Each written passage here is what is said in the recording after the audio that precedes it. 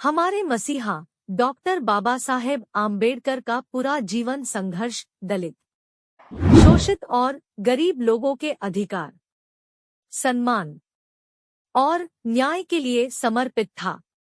ऐसे डॉक्टर बाबा साहेब आम्बेडकर का वो ऐतिहासिक भाषण जिसने अंग्रेजों को हिला डाला था।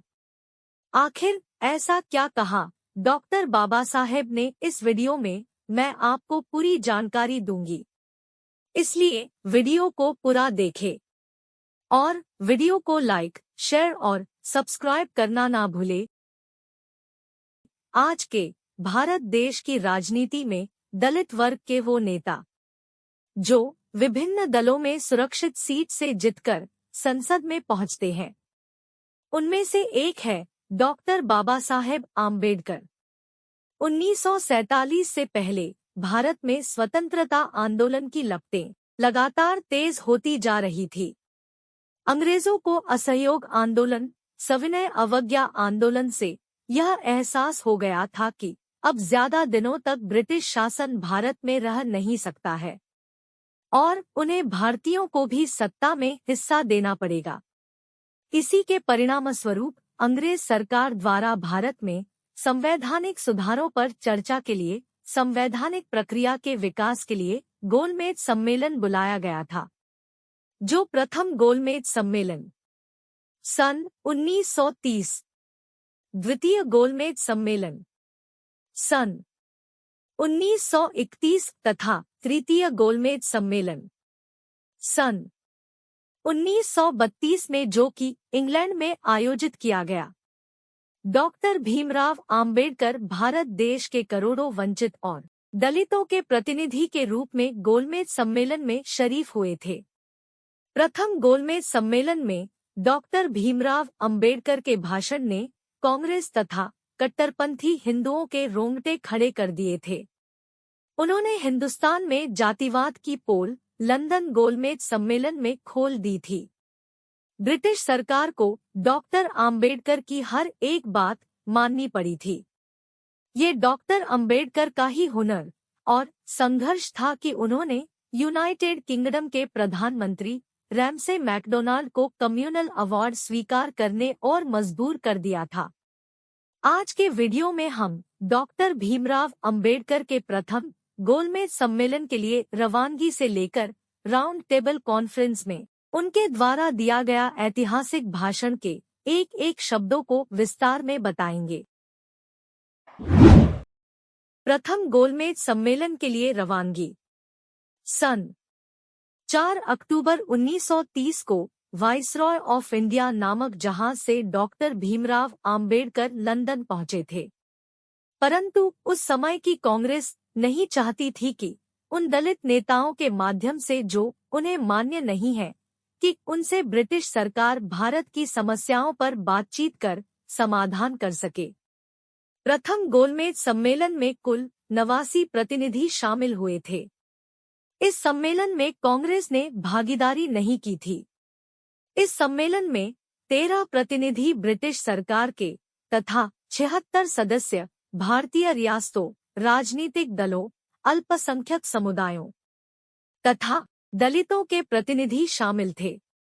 प्रथम गोलमेज सम्मेलन के प्रमुख प्रतिनिधि की सूची निम्नवत थी, जहां पर मुस्लिम लीग के प्रतिनिधियों में मौलाना मोहम्मद अली जौहर, मोहम्मद सफ़ी, आगा खान, मोहम्मद अली जिन्ना, मोहम्मद जफर उल्लाह खान, ए.के. फजलुल हक थे। वहीं दलित और पिछड़ा वर्ग के प्रतिनिधि के रूप में डॉक्टर भीमराव आम्बेडकर थे। देशी रियासतों के प्रतिनिधियों के रूप में अकबर हैदरी, हैदराबाद के दीवान, मैसूर के दीवान सर मिर्जा इस्माइल, ग्वालियर के कैलाश नारायण हक्सर, पटियाला के महाराज भूपिंदर सिंह, बड़ौदा के महाराज सयाजीराव गायकवाड़ तृतीय, जम्मू और कश्मीर के महाराजा हरि सिंह, बीकानेर के महाराजा गंगा सिंह, भोपाल के नवाब हमीदुल्ला खान, नवानगर के एस रणजीत सिंह जी, अलवर के महाराजा जयसिंह प्रभाकर और इंदौर रीवा, धौलपुर, कोरिया, सांगली और सलीना के शासक हिंदू महासभा के प्रतिनिधि के रूप में B.S. मुंजे और M.R. जयकर थे। उदारवादी नेता के रूप में तेज बहादुर सप्रू सीवाई चिंतामणि और श्रीनिवास शास्त्री थे। सिख के प्रतिनिधि के रूप में सरदार उज्जल सिंह और कैथोलिक ईसाई के प्रतिनिधि के रूप में A.T. पंडित सेल्वन थे। गोलमेज सम्मेलन 1930 की पहली गोलमेज परिषद का उद्घाटन इंग्लैंड के सम्राट जॉर्ज पंचम ने किया था। उन्होंने आशा व्यक्त की कि यहाँ पर निसंदेह सर्वसम्मति से भारत सरकार के भावी रूप पर विचार हो सकेगा। उनके संक्षिप्त भाषण के बाद कांग्रेस अध्यक्ष ब्रिटिश प्रधानमंत्री रैमजे मैकडॉनल्ड को चुना गया, जिनकी अध्यक्षता में 12 नवंबर 1930 को गोलमेज सम्मेलन आरंभ हुआ। कुल 17 से 21 नवंबर तक भारत के प्रमुख प्रतिनिधियों के भाषण होते रहे।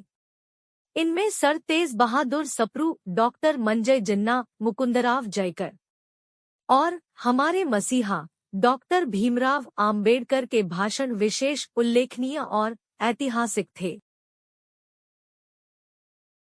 डॉक्टर बाबा साहेब आम्बेडकर का संबोधन, वह जिससे ब्रिटिश सरकार के प्रतिनिधि के रोंगटे खड़े हो गए थे।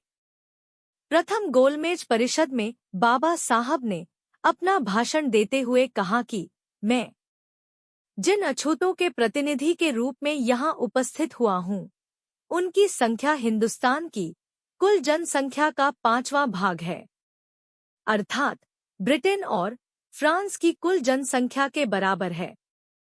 ऐसे भारत की कुल जनसंख्या के 5वें भाग के लोगों के प्रतिनिधित्व की हैसियत से मैं यहाँ आया हूँ, जिनकी दशा गुलामों से भी बदतर है और घृणित पशुवत जीवन यापन कर रहे हैं। गुलामों के मालिक भी गुलामों को छूते थे, परंतु हमें छूना भी पाप समझा जाता था। वे सदियों से शोषित हैं और उपेक्षित होते आ रहे हैं। सरकार बदली, राज बदले, परंतु दलितों का भाग्य बद से बदतर होता चला गया। ब्रिटिश सरकार से पहले अस्थिरता के कारण हम घृणित अवस्था में से ब्रिटिश सरकार ने हमारी हालत सुधारने के लिए अब तक कुछ भी नहीं किया है। पहले हम गांव के कुएं से पानी नहीं भर सकते थे, आज भी वही स्थिति है। आज भी गांव के कुएं से पानी तक नहीं पी सकते हैं, आज भी यही हाल है। अब तक ब्रिटिश सरकार ने हमें क्या अधिकार दिलाया है? ब्रिटिश राज से पूर्व हम मंदिरों में नहीं जा सकते थे और आज भी मंदिरों के द्वार हमारे लिए बंद है। फिर ब्रिटिश सरकार ने हम अछूतों के अधिकारों के लिए आखिर क्या क्या है? पहले हमें पुलिस विभाग में भर्ती नहीं किया जाता था। क्या आज भी ब्रिटिश सरकार हमें पुलिस में भर्ती कराती है? पहले भी हमें सैनिक सेवा में भर्ती नहीं किया जा रहा था। अब भी सेना में सेवा करने का मौका दिया जाता है क्या? यह सारे प्रश्न ब्रिटिश सरकार से डॉक्टर अंबेडकर ने पूछा और डॉक्टर अंबेडकर की यह बात सुनकर ब्रिटिश सरकार के प्रतिनिधि के रोंगटे खड़े हो गए थे। इस गोलमेज परिषद में डॉक्टर बाबा साहेब आम्बेडकर का यह भाषण ऐतिहासिक रूप से विशेष महत्वपूर्ण था।